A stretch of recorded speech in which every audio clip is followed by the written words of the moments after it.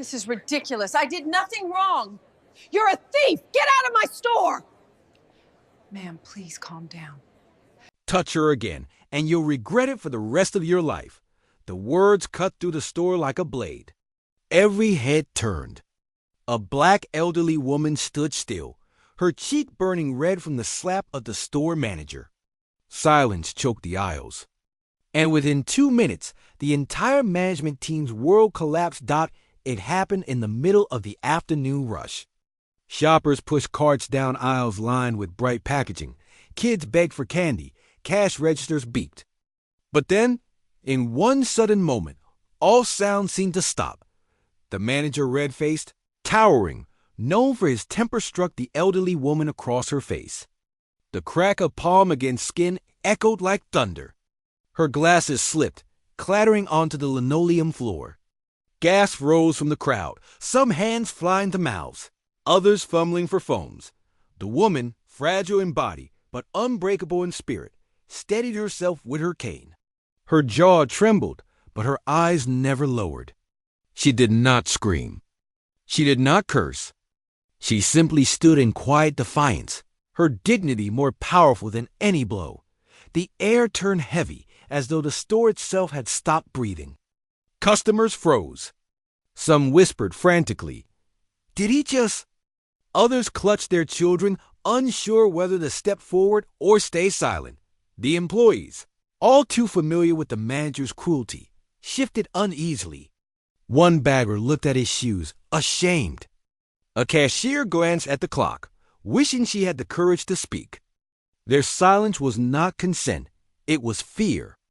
Years of intimidation had chained their voices, but in their eyes, one question flickered. Would anyone stand up for her? The elderly woman bent down slowly, her joints aching, and picked up her falling glasses. She placed them back on her face with trembling hands. Then she lifted her chin, meeting the manager's eyes. Her cheek burned. Her pride did not. She tightened her grip on her cane, a quiet signal that she would not be broken. Her silence was louder than shouting. It demanded justice without a single word. The manager smirked, mistaking her silence for weakness. He puffed his chest out, turning to the crowd. "That's what happens when you waste my time," he barked. His voice dripped with arrogance, his posture daring anyone to challenge him. He had ruled this store for years, a tyrant cloaked in authority. He barked orders, threatened jobs, treated customers with contempt. To him, this woman was nothing, an inconvenience to swat aside. The crowd's silence fed his pride. He laughed, cruel and hollow, but not everyone stayed silent. A young cashier, no older than 20, clenched her fists at the register. She had endured his shouting for months. Tears burned her eyes as she watched the elderly woman steady herself. For the first time, she whispered out loud, "This is wrong." A father shopping with his son muttered, "Someone should stop this." His son tugged at his sleeve, eyes wide with fear and confusion. Courage was spreading, quiet but contagious. The manager didn't notice. But the shift in the air had begun. Then came the voice. Calm, steady, but filled with fire. "Touch her again, and you'll regret it for the rest of your life." The words sliced through the air. Every head turned. From the far end of the aisle, a man in a crisp suit stepped forward. His eyes blazed with fury, but his steps were measured, controlled. Whispers rippled through the crowd. Some recognized him. He wasn't just another customer. He was the regional director of the company, the man with the power to decide fates. With a single sentence, the manager's smirk faltered. The director reached the elderly woman first. He bent slightly, his voice gentle. "Are you all right, ma'am?" She gave the smallest nod, her lips pressed tight, her dignity intact. Then he turned. His gaze locked on the manager, and for the first time, the bully shrank. The director's words were calm, but they cut like glass. 2 minutes. That's all it takes to destroy everything you've built with cruelty. The crowd erupted into whispers. Phones recorded. Employees leaned closer, their eyes wide. The director pulled out his phone, his fingers moving swiftly. "Security. Clear the office," he ordered. Within moments, 2 men in uniforms arrived. He didn't hesitate. You're done. Not just you, all of you who stood by while this happened. The manager's face drained of color.